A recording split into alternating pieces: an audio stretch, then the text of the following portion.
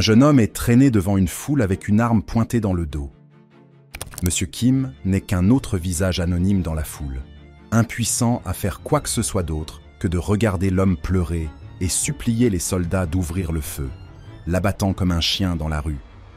Sa mort servira d'exemple à d'autres qui osent désobéir à la règle de la RPDC.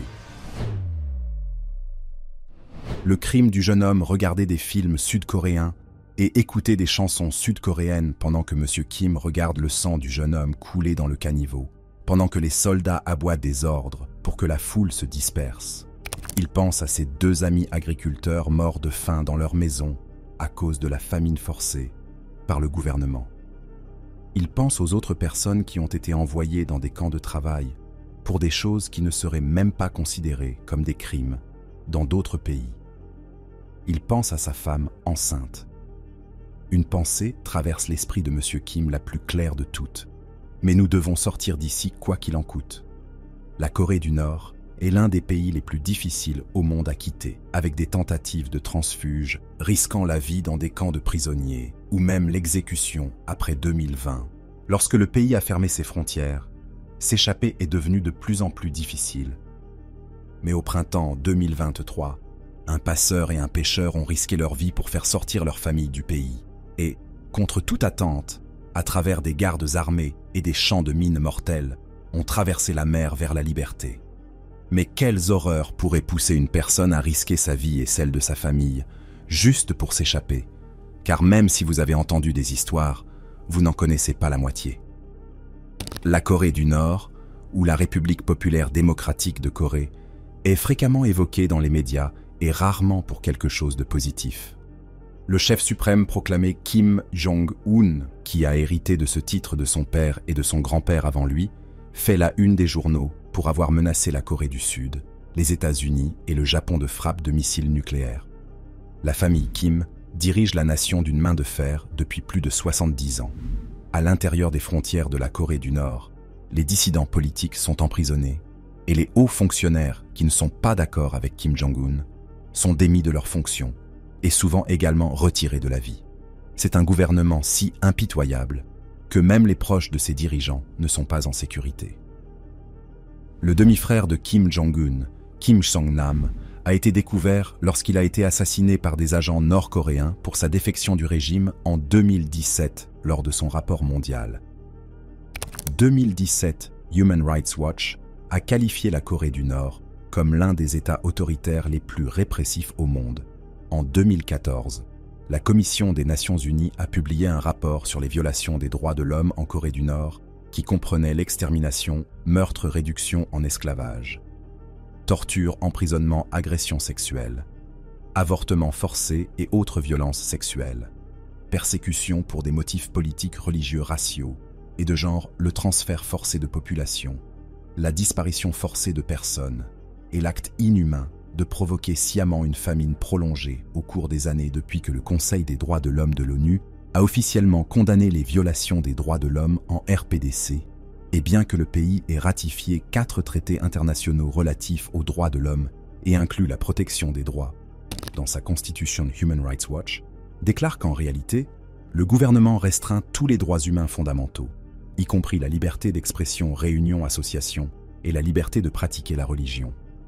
Il interdit toute opposition politique organisée, médias indépendants, syndicats libres et organisations de la société civile indépendante.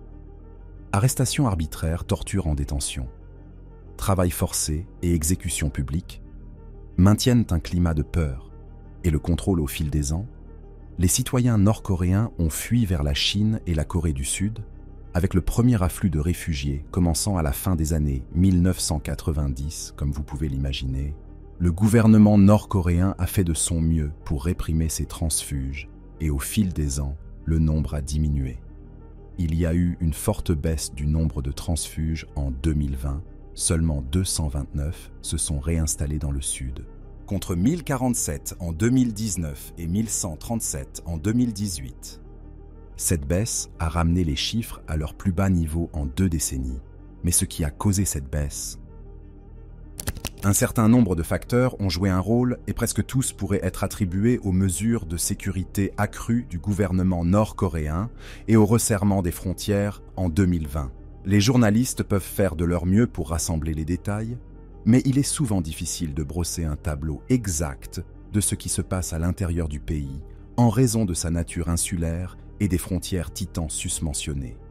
Cependant, en décembre 2023, le premier transfuge nord-coréen a donné une interview depuis 2020 à parler à la BBC et leur a raconté l'incroyable histoire de son évasion et les horreurs qui l'ont poussé à risquer sa vie et à fuir le pays.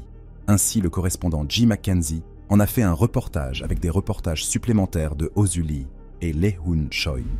Le transfuge a demandé à être désigné uniquement par son nom de famille Kim, afin de protéger sa famille au nord et au sud. C'est pourquoi il est mentionné tout au long de la couverture de la BBC et sera appelé ici Monsieur Kim. Le voyage de Monsieur Kim vers la planification et l'exécution d'une évasion de Corée du Nord a commencé au début de la pandémie de Covid-19. Les restrictions liées au Covid étaient strictement appliquées au point de diffuser des images de mourants du monde entier, en voyant ceux qui enfreignaient les règles dans des camps de travail, et même en mettant en quarantaine des villages entiers en réponse à un seul cas à l'intérieur. Il coupait les habitants du village en quarantaine des ressources extérieures. Monsieur Kim a déclaré à la BBC qu'après avoir affamé les gens pendant un certain temps, le gouvernement apporterait des camions remplis de vivres. Il vendait la nourriture à bas prix pour que les gens les félicitent comme « affamer votre bébé » et ensuite leur donner une petite quantité pour qu'ils vous remercient. À mesure que la réponse continuait, Kim et d'autres comme lui ont commencé à se demander si le gouvernement nord-coréen utilisait la pandémie comme excuse pour tirer profit de ses citoyens lorsque la Corée du Nord a fermé ses frontières. Les problèmes d'accès aux ressources n'ont fait qu'empirer. Les autorités ont cessé d'importer des céréales de Chine et n'ont plus importé d'engrais ni de machines nécessaires à la culture de leur nourriture. La Corée du Nord n'a jamais eu la réputation d'être riche en nourriture ou en autres ressources, mais au printemps 2022, la situation semblait particulièrement désastreuse, des gens mouraient de faim chez eux, et la pénurie a suscité des comparaisons avec l'horrible famine que la Corée du Nord a connue de 1994 à 1998. Également connue sous le nom de Marche de la souffrance, dans une histoire particulièrement poignante, la police a mené un interrogatoire de masse de tout le monde dans un certain village, enquêtant sur le meurtre présumé d'un couple de personnes âgées qui avaient été retrouvés morts. Cependant, une autopsie a conclu que la cause de leur décès n'était pas un meurtre, mais plutôt la famine. Les enquêteurs avaient suspecté un meurtre en raison du spectacle sanglant et violent qu'ils ont trouvé lorsque les corps ont été découverts. Mais il n'y avait pas de tueur. Les blessures supposées avaient été causées par des animaux charognards, probablement des rats mangeant les doigts et les orteils du cadavre. En avril 2022, 2 amis agriculteurs de M. Kim sont morts de faim, ce qui n'était malheureusement pas rare si la récolte de l'année manquait. Les autorités de l'État forçaient souvent les agriculteurs à compenser la perte de leur approvisionnement alimentaire personnel.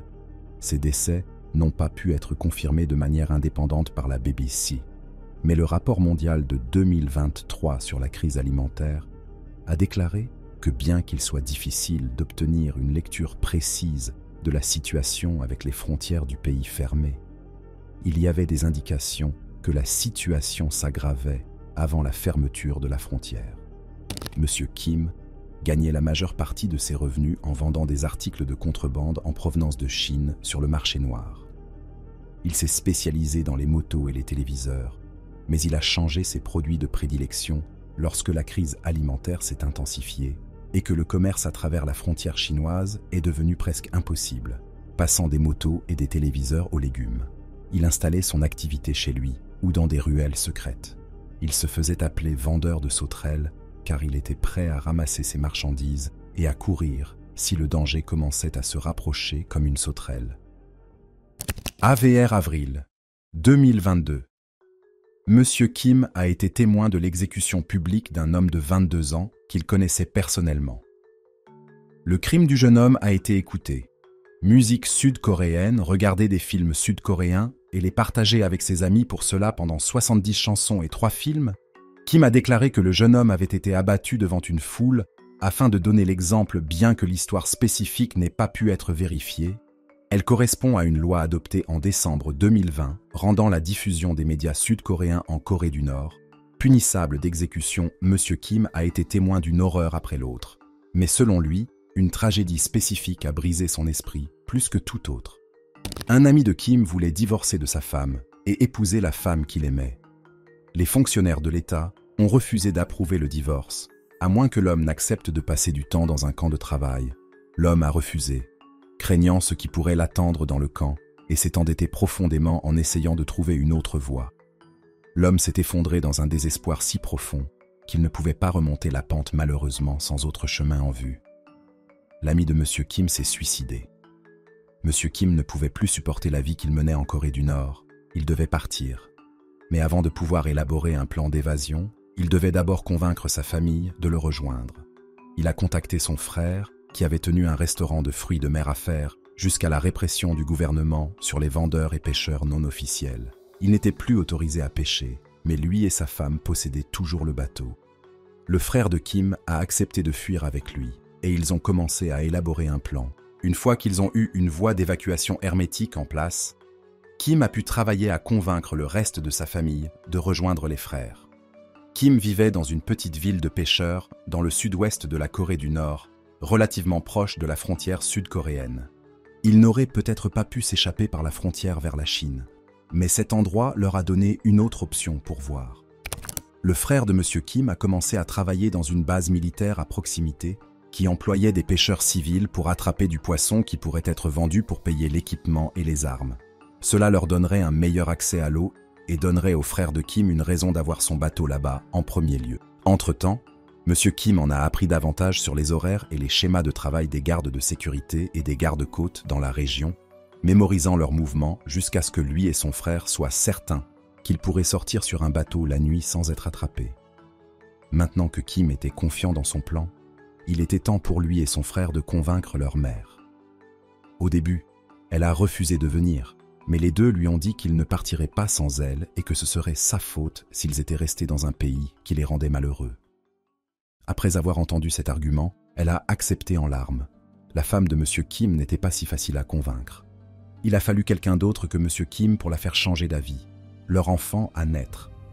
Quand Mme Kim a découvert qu'elle était enceinte, M. Kim a vu l'opportunité de la persuader. « Tu n'es plus seulement ton propre corps. » Il a dit « Tu es un parent. Veux-tu que notre enfant vive dans cet enfer ?» Elle a décidé que non, elle ne le voulait pas. Elle le rejoindrait, lui et le reste de la famille, dans leur fuite. Mais la planification n'était pas encore terminée. Il y avait encore des éventualités à prendre en compte.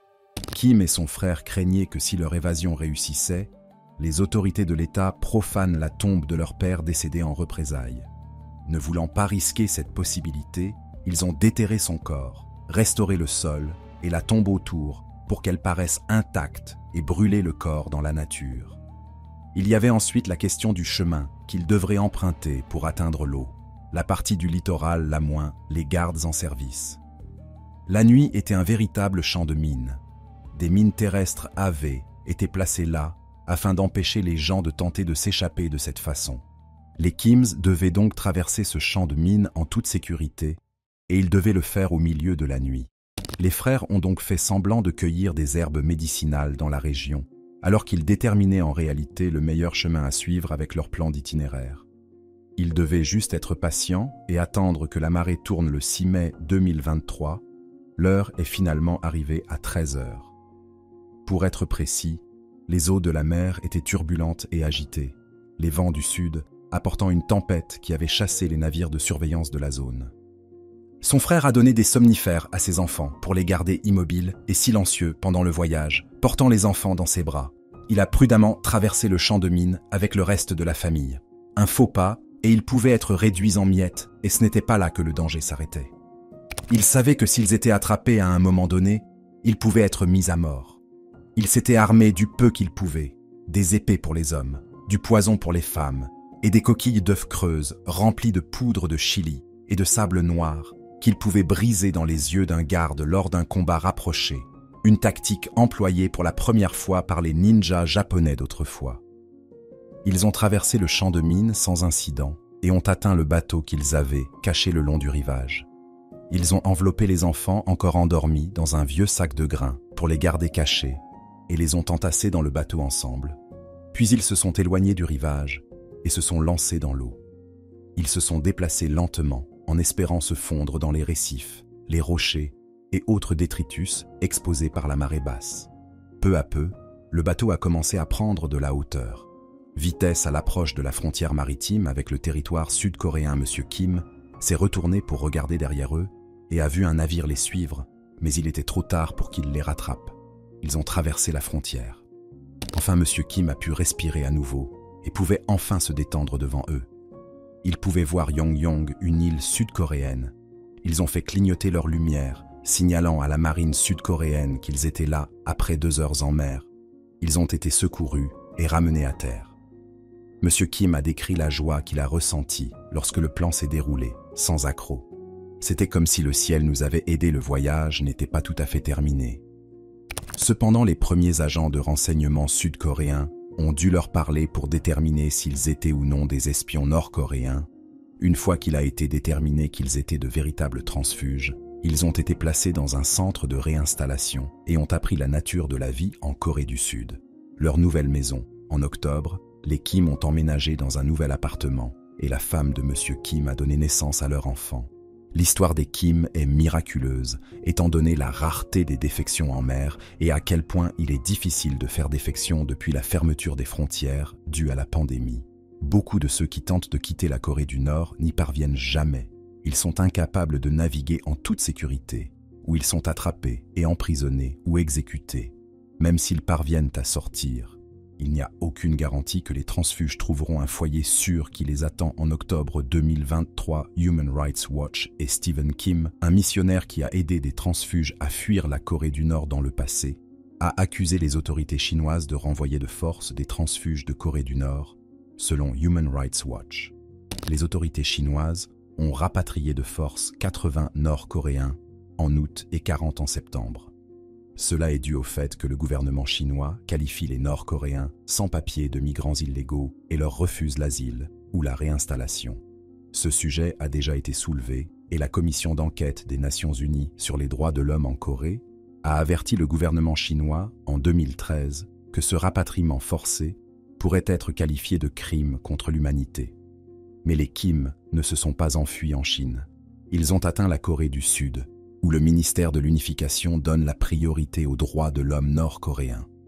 Cependant, le vice-ministre de l'Unification Moon Chang-hoon a déclaré à la BBC que l'organisation a des outils limités à utiliser. Il a continué ce que nous avons essayé de faire et d'augmenter les sensibilisations en soulevant continuellement ces problèmes par l'intermédiaire de l'ONU et ailleurs, en attendant Soulworks pour aider les réfugiés qui réussissent à sortir de Corée du Nord, comme la famille Kim. C'est une vie radicalement différente du nord au sud, et l'adaptation a été difficile.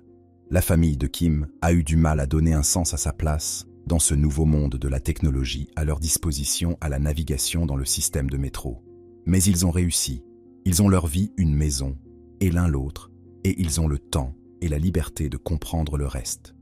Merci d'être resté jusqu'ici. N'hésitez pas à cliquer sur l'une des vidéos à l'écran pour plus de contenu similaire.